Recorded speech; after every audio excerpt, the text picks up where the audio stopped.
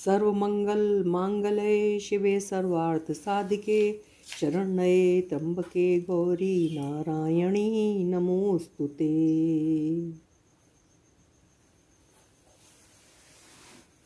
नमस्कार। करवा चौथ का व्रत बहुत ही शुभ, सुंदर और सुहागन स्त्रियों के लिए बहुत ही महत्वपूर्ण व्रत है। आज मैं आप लोगों को करवा चौथ व्रत की कथा सुनाऊंगी। आप लोग पूरे मनोयोग से, भक्ति से, हाथ में अक्षत लेकर हुंकार भरते हुए सुनिए और सुख, सौभाग्य और अखंड सुहाग पाइए माँ गौरा के आशीर्वाद से। कार्तिक कृष्ण पक्ष की चतुर्थी शास्त्रों व आर्ष ग्रंथों में करवा चौथ के नाम से जानी जाती है। वर्ष भर के चतुर्थी व्रतों में करवा चौथ स्त्रियों का मुख्य व्रत है। सुहागिन व सौभाग्यवती स्त्रियां पति की रक्षा के लिए इस निर्जल व्रत को रखती हैं। चूंकि करक शब्द का शाब्दिक अर्थ करवा होता है, इसलिए इस पर्व को करक करवा चौथ के नाम से जाना जाता है। व्रत विधि विधान पूजा अर्चना करने के बाद आप हुंकारी भरते हुए, हाथ में अक्षत लेके हुंकारी भरते हुए कथा सुने और कथा सुनने के बाद फिर रात्रि होने पे नवोदित चंद्रमा का दर्शन करें, उसको अर्घ्य दें। अर्घ्य देने के बाद अपने पति के चरण स्पर्श करें और घर में सभी बड़ों का, बुजुर्गों का चरण स्पर्श करते हुए अपने पति के हाथ से जल ग्रहण करें। इस तरह आपका व्रत पूर्ण हो, आपके पति, आपका परिवार सुखी रहे, दीर्घायु हो, निरोगी हो, सुख सौभाग्य से भरा रहे। मेरी शुभकामनाएं आपके साथ हैं। एक पौराणिक कथा सुनाऊंगी और एक लोक कथा सुनाऊंगी। इन दोनों ही कथाओं का सुनने का विधि विधान है। ये कथाएं सुनते सुनाते ही पीढ़ी दर पीढ़ी आगे बढ़ती जा रही हैं। पहली कथा पौराणिक काल की है, महाभारत काल की है। इस कथा के अनुसार जब अर्जुन नीलगिरी पहाड़ियों पे तपस्या करने चले गए थे, तो द्रौपदी अपने बाकी पतियों के साथ वन में रह रही थी। वन की परेशानियों, कष्टों और रोज आने वाले खतरों से वो बेहद परेशान रहती थी। अर्जुन के जाने के बाद से और उसकी परेशानी बढ़ती जा रही थी। अपने बाकी पतियों की रक्षा के लिए भी वो हमेशा चिंतित रहती थी। तो उसने एक दिन भगवान श्री कृष्ण का आवाहन किया। भगवान आए तो उसने भगवान से अपनी समस्या रखी। उसने श्री कृष्ण भगवान से कहा कि मैं क्या करूं, मुझे कोई ऐसा उपचार बताइए कि मेरे पतियों की और मेरी इस जंगल में इन आने वाले खतरों, कष्टों से रक्षा हो सके। तो भगवान श्री कृष्ण ने उसको कहा कि कार्तिक माह के कृष्ण पक्ष की चतुर्थी को यदि वो व्रत रखे और माँ पार्वती की पूजा अर्चना करे और भगवान शिव, माँ पार्वती, श्री गणेश जी और कार्तिकेय की पूजा करें, तो उसका और उसके परिवार की रक्षा होगी, सुख सौभाग्य बढ़ेगा, वो अखंड सौभाग्यवती रहेगी। और इतना कहने के बाद उन्होंने उसको एक कथा सुनाई। भगवान कृष्ण की कथा के अनुसार एक गांव में एक बहुत ही धर्म परायण ब्राह्मण रहता था। उसके 7 पुत्र और 1 पुत्री थी। जब पुत्री बड़ी हुई तो उसका विवाह हुआ और उसकी पहली करवा चौथ पड़ी। पहली करवा चौथ पे वो मायके आई हुई थी। तो पुत्री ने अपने भाभियों के साथ व्रत रखा। पूरे विधि विधान से उसने व्रत रखा और माँ पार्वती की पूजा की और कथा सुनी। उसके बाद वो चंद्रमा उगने के अंजार में अपने भाइयों के साथ बैठी थी। भाइयों के खाना खाने का समय हो गया। वो भी भूख से व्याकुल होने लगी। भाइयों ने उससे खाना खाने को कहा तो उसने कहा नहीं, उसका व्रत है, इसलिए वो जब तक चंद्रमा के दर्शन नहीं कर लेगी वो खाना नहीं खाएगी। लेकिन अपनी बहन के कष्ट को, उसकी भूख से व्याकुल मुरझाए चेहरे को उसके भाई देख नहीं पा रहे थे। तो उन्होंने एक उपाय सोचा। छोटा भाई चुपके से गया और घर के से कुछ दूरी पे घने पीपल के पेड़ पे चढ़ गया और पेड़ के घने पत्तों की ओट में उसने एक दिया जला के उसको चलनी में रखा और वहां से उसके बाकी भाइयों ने अपनी बहन को कहा, देखो बहन, चंद्रमा उगने लगा है, उसका प्रकाश फैलने लगा है, तुम दर्शन करो, अर्घ्य दो और हमारे साथ भोजन करो। बहन ने देखा तो सही में उसको चंद्रमा का प्रकाश नजर आया। उसने तुरंत जल्दी जल्दी प्रणाम किया, अर्घ्य दिया और अपनी भाभियों से भी बोला कि वो भी चंद्रमा निकल आया है और अर्घ्य दे दें। लेकिन उसकी भाभियां मुस्कुरा के रह गईं, क्योंकि वो अपने उसके भाइयों के प्यार को समझ रही थी कि वो अपनी बहन को भूखा नहीं देख पा रहे हैं। बहन जल्दी जल्दी खाना खाने बैठ गई। जैसे ही अपने भाइयों के साथ वो खाना खाने बैठी और पहला कौर उसने मुंह में रखा, पहला निवाला मुंह में डाला, तुरंत उसके पति की मृत्यु का समाचार आ गया। ये सुनते ही उसकी बहन जो थी बहुत जोर से रोने लगी, विलाप करने लगी, सिर पटकने लगी और मूर्छित हो गई। घर में दुख का माहौल हो गया, सब लोग परेशान हो गए। सब भाई लोगों को भी अपनी गलतियों से का बहुत पश्चाताप हुआ और बहन तो बिल्कुल ही अनजान थी अपनी भूल से। उधर से माँ गौरा का डोला जा रहा था। इतना जोर जोर से विलाप सुन के माँ ने अपनी सेविकाओं से पूछा, ये कौन रो रहा है? तो सेविकाओं ने उनको माँ को पूरी कहानी बताई कि ऐसे ऐसे उनके भाइयों ने प्यार में उसकी भूख ना देख पाए तो उन्होंने छल से उसको खाना खिला दिया। तो माँ ने अपनी सेविकाओं से कहा कि उसको जाके कहो कि वो अपनी पति के शव के पास पूरे साल भर बैठे और साल की हर चौथ का विधि विधान से व्रत रखे, और जब मुख्य करवा चौथ आए, कार्तिक मास की जब करवा चौथ आए, तो पूरी तरह पूजा अर्चना करे तो उसका पति जो है जीवित हो जाएगा। उसको ये संदेश पहुंचा दिया गया। ब्राह्मण की पुत्री उठी और अपने ससुराल गई। वहां उसने अपने पति के शव के पास बैठ गई और उसके पति की अपने शव की भी सेवा करती रही, और उसने वर्ष भर में जितनी भी चौथ आई उनके चौथ का विधि विधान से पूजन किया और चौथ माता से वरदान मांगा कि उसके पति को जीवित कर दें और उसको सुहागिन कर दें। हर चौथ माता ने कहा कि तुम इस तरह व्रत करती जाओ, और जब मुख्य करवा चौथ आएगी तब माँ पार्वती का विधि विधान से पूजन करना, भक्ति से पूजन करना, सच्चे मन से पूजन करना। माँ तुम्हारे सौभाग्य को बनाए रखेंगी। मुख्य करवा चौथ जब कार्तिक माह की करवा चौथ आई, तब ब्राह्मण कन्या ने पूरी विधि विधान से व्रत रखा, माँ गौरा की पूजा अर्चना की, गणेश जी का स्मरण किया और भगवान शिव, पार्वती जी, कार्तिकेय और श्री गणेश जी को प्रणाम किया और कथा सुनाई और चंद्रमा उगने की प्रतीक्षा की। जब रात्रि में चंद्रमा उगा तो चंद्रमा को उसने अर्घ्य दिया, प्रणाम किया, और अर्घ्य और प्रणाम करने के बाद उसने आकर अपने पति के चरण स्पर्श किए। जैसे ही उसने अपने पति के चरण स्पर्श किए, उधर माँ गौरा उसकी भक्ति से प्रसन्न हुई। माँ गौरा ने उसको आशीर्वाद, अखंड सौभाग्यवती होने का आशीर्वाद दिया और अपने पति और अपने परिवार के साथ सुख और समृद्धि से रहने का आशीर्वाद दिया।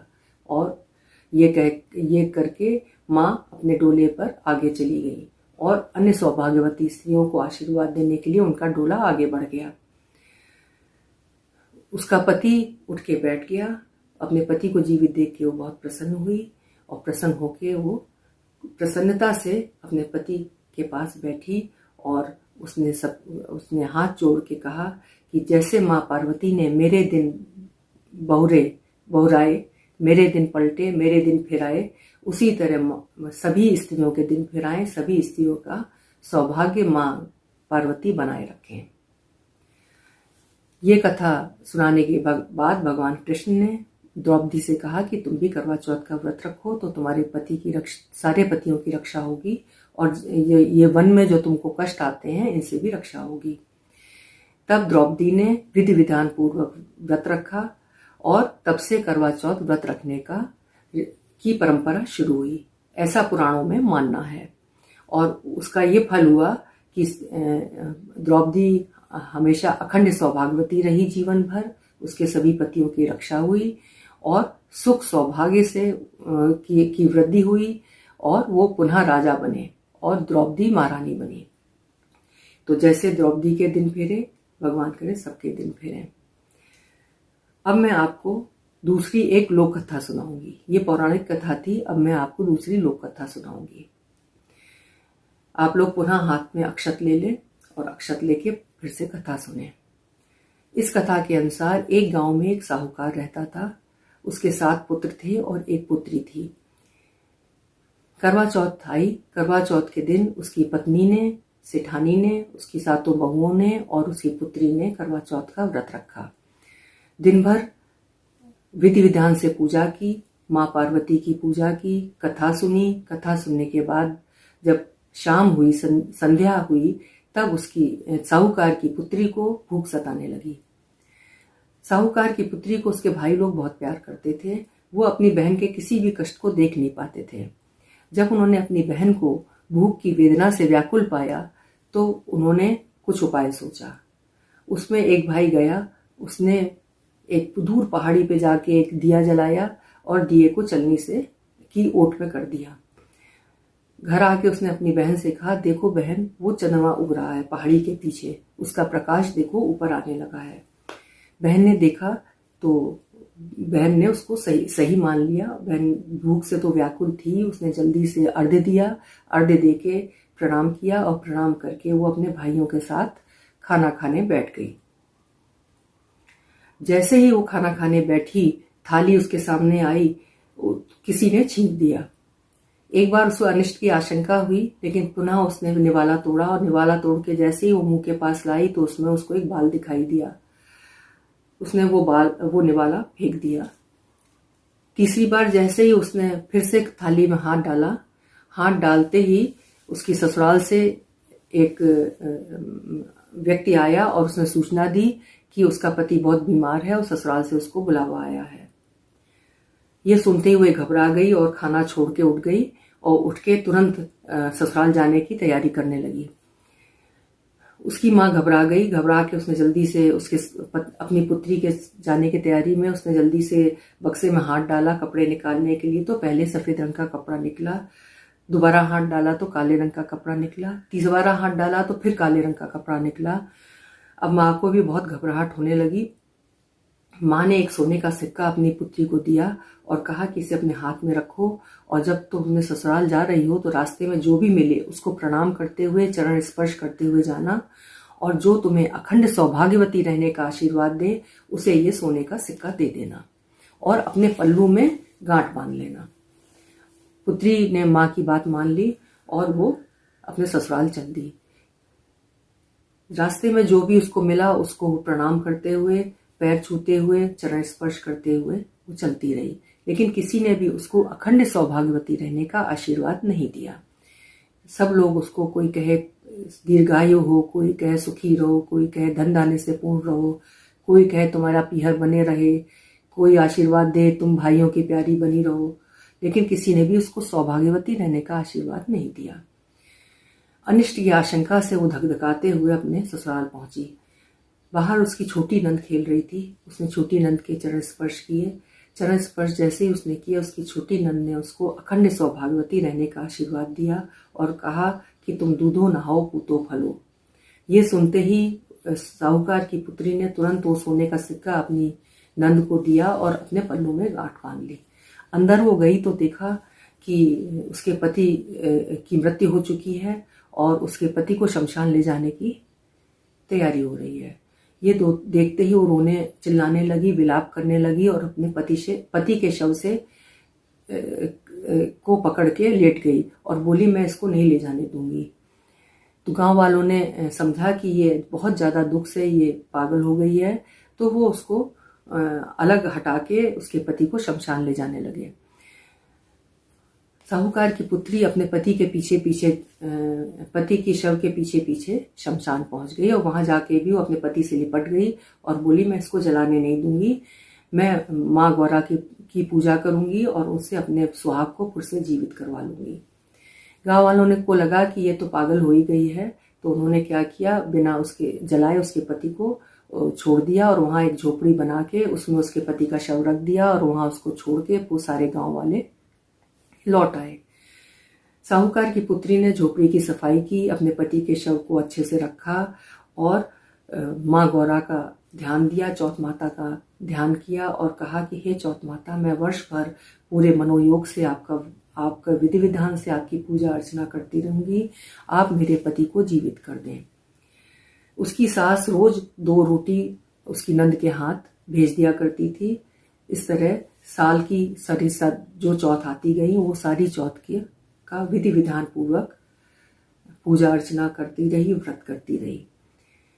जब 11वीं चौथ आई, अश्विन माह की चौथ आई, तब उसने चौथ माता के पैर पकड़े कि हे माँ, मेरे पति को जीवित कर दो, मुझे सुहागिन कर दो, जिससे मैं करवा चौथ का व्रत सुहागिन होकर कर सकूं। तो चौथ माता बोली कि जो बड़ी चौथ माता हैं, माँ गौरा हैं, माँ पार्वती हैं, वही तुम्हारा सुहाग तुम्हें दे सकती हैं। इसलिए करवा चौथ का तुम विधि विधान से पूजन करो, पूरे मनोयोग से पूजन करो और श्री गणेश जी का भी स्मरण करो। उसके बाद भगवान शिव, माँ पार्वती, गणेश जी और कार्तिकेय जी का स्मरण करो और माँ गौरा का पूजन करो। माँ तुम्हारा सुहाग तुम्हें लौटा देंगी। साहूकार की पुत्री ने जब करवा चौथ आई तो अपनी ननद से 16 श्रृंगार की सामग्री, पूजन अर्चन की सामग्री सब मंगाई और पूरा विधि विधान से व्रत रखते हुए, निर्जल व्रत रखते हुए उसने पूजन किया।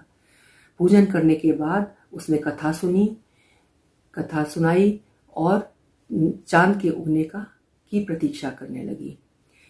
चांद के उगने के बाद उसने चंद्रमा को प्रणाम किया। चंद्रमा को प्रणाम करने के बाद उसने अर्घ्य दिया। अर्घ्य देके चंद्रमा की आरती उतारी। चंद्रमा की आरती उतारने के बाद वो माँ गौरा के स्मरण करने में बैठ गई और माँ से बोली, हे माँ, अब मेरे पति को जीवित करो, मुझे सुहागिन करो। माँ साल भर से उसकी भक्ति से प्रसन्न थी। वो आई, उन्होंने उसको दर्शन दिए और दर्शन दे के बोली कि मैं तुम्हारी भक्ति से प्रसन्न हुई हूँ, क्योंकि तुमने भूलवश जो कुछ किया था भूलवश किया था, इसलिए मैं तुम्हारी भूल को क्षमा कर रही हूँ। उन्हें अपने आंखों से काजल लिया, अपने मांग से सिंदूर लिया, अपनी नाखून से मेहंदी निकाली और अपनी कनिका से उसके पति के ऊपर छींटे डाली। छींटे डालते ही उसका पति जो था जीवित हो गया और उठ के बैठ गया। साहूकार की पुत्री ने माँ के चरण स्पर्श कर लिए और चरण स्पर्श जैसे ही किए वैसे ही माँ उसको अखंड सौभाग्यवती रहने का आशीर्वाद देके अंतर्ध्यान हो गई। साहूकार की पुत्री ने अपने पति के चरण स्पर्श किए। उसका पति बहुत प्रसन्न होकर बोला, मैं बहुत गहरी नींद सो गया था, बहुत देर बाद मेरी नींद खुली। तब उसकी पत्नी ने उसको सारी कथा सुनाई।